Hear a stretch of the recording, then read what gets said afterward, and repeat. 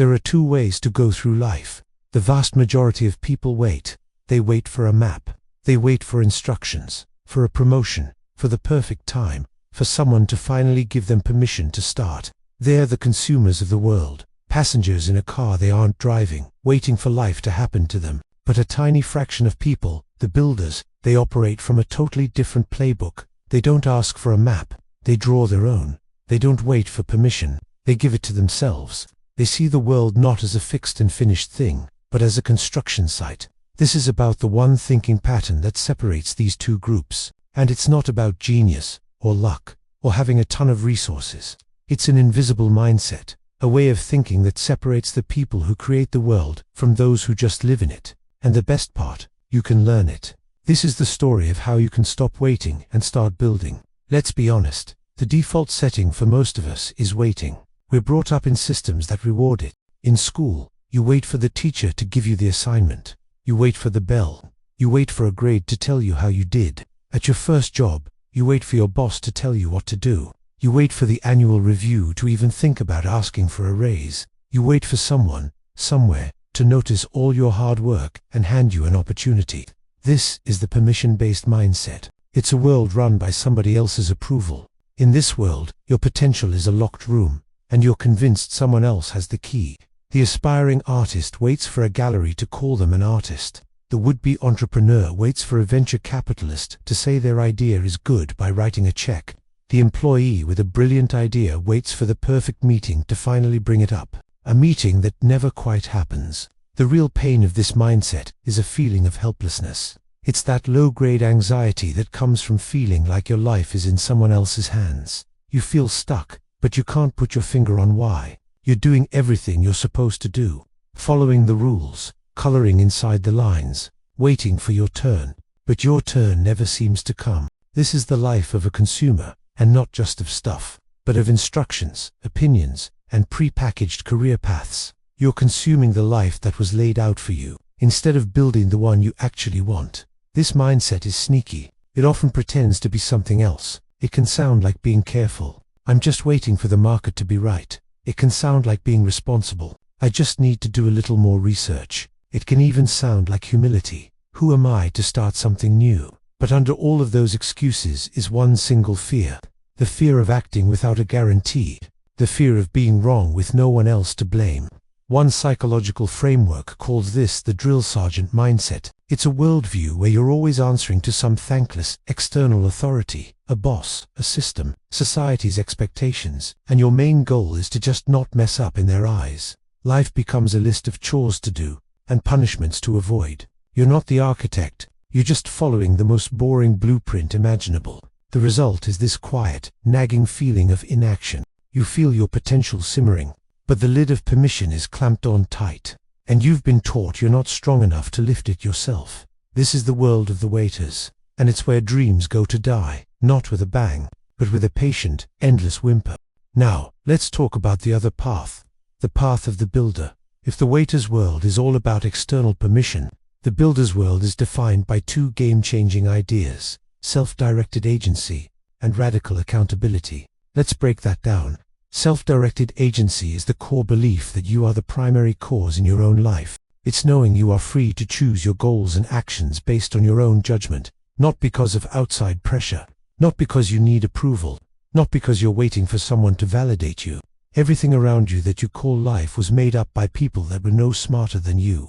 And you can change it, you can influence it, you can build your own things. Builders truly understand this. They internalize it. They live by it. They don't see the world as fixed. They don't see it as finished. They see it as flexible, as something that can be reshaped, rebuilt, improved. They look at systems and ask, why is it like this? Who decided this? Can it be done differently? The second half of this shift is radical accountability. This isn't about guilt. It's not about blaming yourself. It's about ownership. A builder takes responsibility for actions, but also for outcomes. When something fails, they don't look for someone to blame. They look for something to learn. They ask, what was my role? What did I miss? What can I improve? This changes everything, because blame gives your power away, and accountability takes it back. When you blame the economy, you lose control. When you blame your boss, you lose control. When you blame circumstances, you lose control. A builder refuses to hand over control. They take it back every time. They see life differently, not as a list of tasks, not as a set of obligations, not as something to survive, but as something to build. They are pulled forward by vision, not pushed forward by fear. The waiter avoids mistakes, avoids criticism, avoids risk. The builder seeks creation, seeks progress, seeks impact. That difference defines everything. Builders take on hard work willingly, not because they are forced, but because it serves something bigger. Their motivation is internal. They don't need constant validation. They don't need approval loops. They move because they choose to move. And something interesting happens here. The conflict disappears. The conflict between what I want to do and what I should do. For most people, this conflict is constant. It drains energy. It creates hesitation. But for builders, it fades away. Because they define their own should. Their standards come from within. So what they want to do, and what they should do, becomes the same thing. And that creates clarity. That creates momentum. That creates action. So while the waiter is still waiting for a map, the builder starts drawing. Maybe it's messy. Maybe it's incomplete. Maybe it's wrong. But it exists. And that alone changes everything. Because once you start, you are no longer waiting. You are building. So, how do you actually make this shift? It's not something that happens overnight. It's not a switch you flip. It's a foundation you build. And that foundation stands on 3 pillars, 3 core mental structures that define how builders think. Pillar 1, the death of blame, and the rise of radical accountability. This is the hardest pillar, but also the most freeing. It means removing blame completely. From your thinking, from your language, you stop asking, who is responsible, and you start asking, what can I do? This doesn't mean everything is your fault. It means your response is always your responsibility. That's the difference. The waiter says, the economy is bad, so I can't move forward. The builder says, the economy is bad, so what opportunities does that create? Same situation, completely different mindset. This shift gives you control, because the moment you stop blaming, you start acting. And action is power. But this is uncomfortable at first, because now you can't hide. If something doesn't work, you own it. If something fails, you face it. But that's exactly what makes you strong. Because now, every problem becomes solvable. Every obstacle becomes data. Every failure becomes feedback. That's pillar 1. Pillar 2, first principles thinking. This is the tool builders use to create new paths. Most people think by copying. They look at what others are doing and repeat it, slightly better, slightly different, but still the same pattern. That's why most people stay average, because they operate inside existing systems. First principles thinking breaks that. It asks a different question. What is actually true here? Not what people say is true, not what is commonly accepted, but what is fundamentally real. You take a problem and break it down to its core components. Then you rebuild from scratch. This is how innovation happens. Instead of improving the old system, you create a new one. Instead of copying, you design. Instead of following, you lead. This is what gives builders their edge. They don't accept limits blindly. They question them. They test them. They remove what doesn't make sense and rebuild what does. This applies to everything: business, career, money, content, life. The waiter says, I need perfect conditions to start. The builder asks, what is the minimum I need to begin? The waiter says, I need approval. The builder asks, who decides that? The waiter says, I'm not ready. The builder asks, what does ready actually mean? That's the shift, from accepting to questioning, from copying to creating. Pillar 3, the engine of action. This is what keeps everything moving, because thinking alone is not enough.